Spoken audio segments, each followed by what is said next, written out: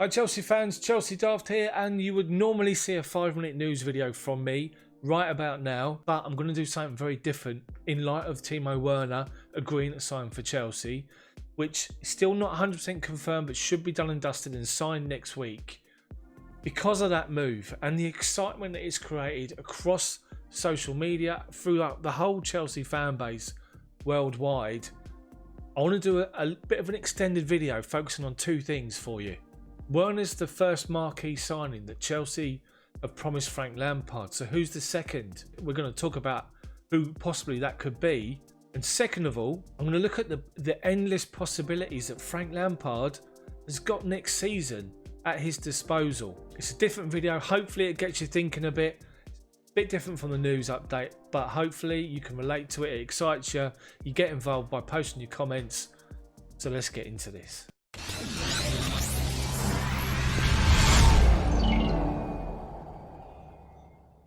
As you guys would have seen, the last video on my channel was one that I just had to record, which was a bonus episode last night. Once the news about Werner was confirmed, after about 6 PM UK time, it was confirmed by reliable sources, Matt Law, Fabrizio Romano and others, and I just had to do the video. So that's the most recent video you would have seen on my channel, which has just blown up, which is great. But ever since then, the excitement about what he will bring to Chelsea has just gone through the roof, and the likes of George Benson's coming out with a song. Nini FC Blue Lions TV has done his videos as well, and also Jan at Football Therapy has done his, and permutations with Werner in the team. But I just want to focus on what could happen with the team later on in the video. But now I want to focus on who's that second marquee signing that Roman Abramovich and Chelsea have promised Frank Lampard. Who do you think it could be? Now, Ben Chilwell is obviously the main one. It's clear that when you looked at Chelsea's team and looked at this coming summer, before everything was postponed, we knew we needed to sort out the left-back position, we needed to sort out an attacking midfielder and a striker, because it looked like Giroud and Batshuayi were going to go. Giroud is obviously going to stay and will still be here. So we needed a striker. So we needed 3 positions. Chelsea, to their credit, which takes me back to when Jose returned as manager in his second season. He played that first season and he went, you know what, I need this, this and this. And Chelsea went out and did it. And they've done the same for Frank Lampard again. Hakim Ziyech, done. He replaces Pedro leaving as the attacking midfield option. Michy Batshuayi's going to leave. Timo Werner, done. Gone in. Just got the deal done. 2 positions done early, which has surprised everyone. And there's reports that Ben Chilwell has told Brendan Rodgers he wants to sign for Chelsea. He wants to come. Could Chilwell be the next marquee signing? Or would you call him a marquee signing or just an important signing? What about Jadon Sancho? Is he still someone that could be a Chelsea player next season? What do you think about that? Would you describe Sancho as marquee? Would you describe Chilwell as marquee? I guess in the current financial climate, you have to look at the markets, and people are not going to go out and spend £100 million on one player. So is the definition of a marquee signing your £50 million player or your £60 million player? Because if that's the case, then it'll be Chilwell. But imagine if he got Chilwell and Sancho as well. But if he gets Sancho, then there's going to be a problem, because Tammy's going to be fighting for his place, could be outside, could become unhappy with Werner being in. Pulisic might be out the team if you're going to have Sancho, Ziyech, Werner, those 3 up against Pulisic, Abraham, Hudson-Odoi. It creates competition for places, yeah, it does, but you hope that it would really sort of take the team to the next level. But somewhere along the line, people are going to become unhappy. So I'm wondering if Jadon Sancho is a realistic possibility, or just a pipe dream maybe next season. I think the more I think about it, I think it's Chilwell. Who do you think the second marquee sign is? Do you think it's Chilwell? Do you think it's Sancho? Or do you think it's somebody else? And the second part of this video is about the endless possibilities we've got based on the players we've already got in attacking areas that we know are coming in as well. Ziyech and Timo Werner. Fingers crossed that he signs that contract. But you add those 2 to the options we've already got. Pulisic, Hudson-Odoi, Mason Mount, Tammy Abraham, obviously Giroud at the moment, Willian is still there. And you look at interchanging positions and players that alternate in positions, and it gives Frank Lampard so many options next season. Let's look one by one. So let's start with Callum Hudson-Odoi. Now, for me, he's an out-and-out winger, and he's probably the only one that we're going to have at our club next season, unless Willian stays. But Willian's not defined as an out-and-out winger. So Hudson-Odoi is probably the only one that you would say that he would stay out on the wing, left or right. That's it. But then you look at competition for the place on the left-hand side. Christian Pulisic can play on the left, can play on the right, can play as a number 10. Then you look at Mason Mount, who can play in deeper midfield position. He can play as a number 10. He's also done a job out wide left. I'm sure he can do a job out wide right if you need him to. He'll run his arse off for you all day long, and he gives you an option all the way across that attacking three. Then add to that, think about Hakim Ziyech. So Ziyech has come in, and yeah, okay, he might start off as a winger, but he gives you an option where you can come inside and be a number 10 as well. And that's exciting. So you've already got 3 number 10s. And that doesn't include Willian. Now, Willian might stay, he might go.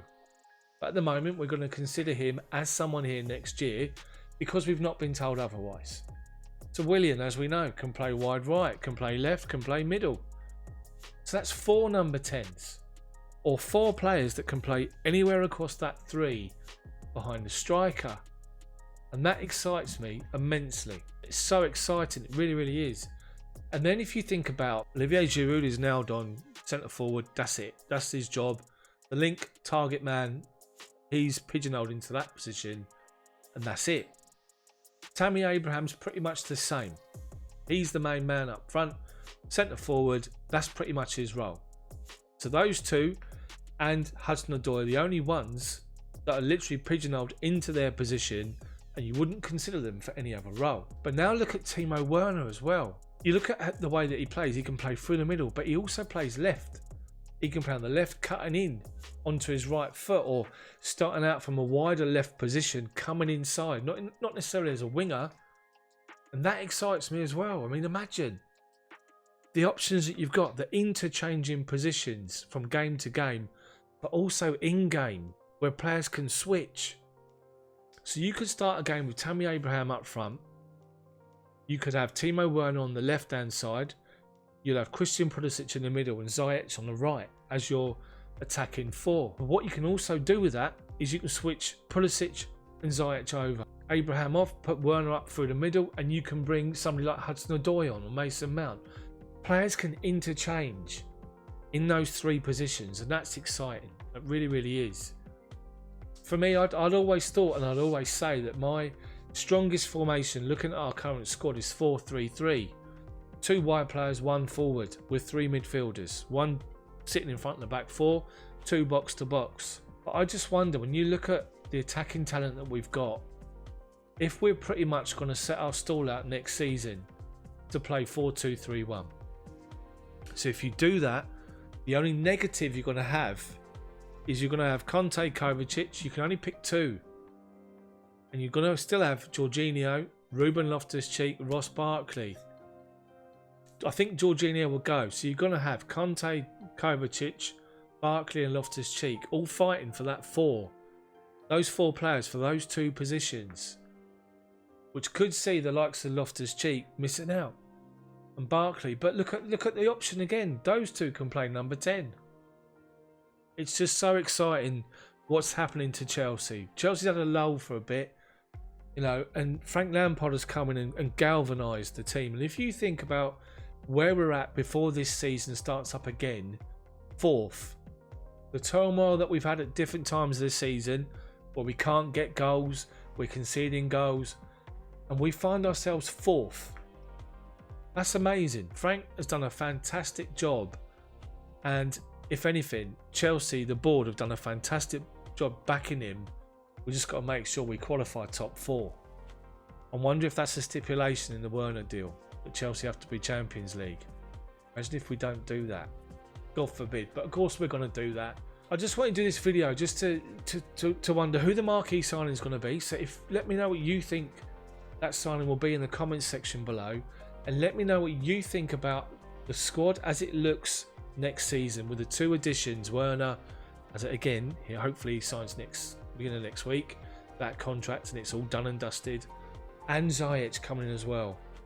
What excites you about next season? What do you think will be the best attacking formation and the best 11 next season based on what we've got now and the 2 coming in? And then post your comments in the comment section below. As I say, it's a different video today. I just want to do something different and just talk to you guys, because I think that's where it's more receptive, and yeah, just to get a feel for the situation. But I think every single one of us is buzzing. We're all buzzing.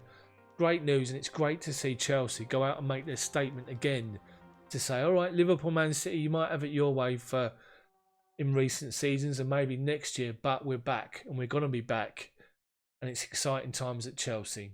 If you've liked the video, smash the like button for me, then subscribe to the channel, but make sure you hit the bell for notifications so you're notified when these videos come out.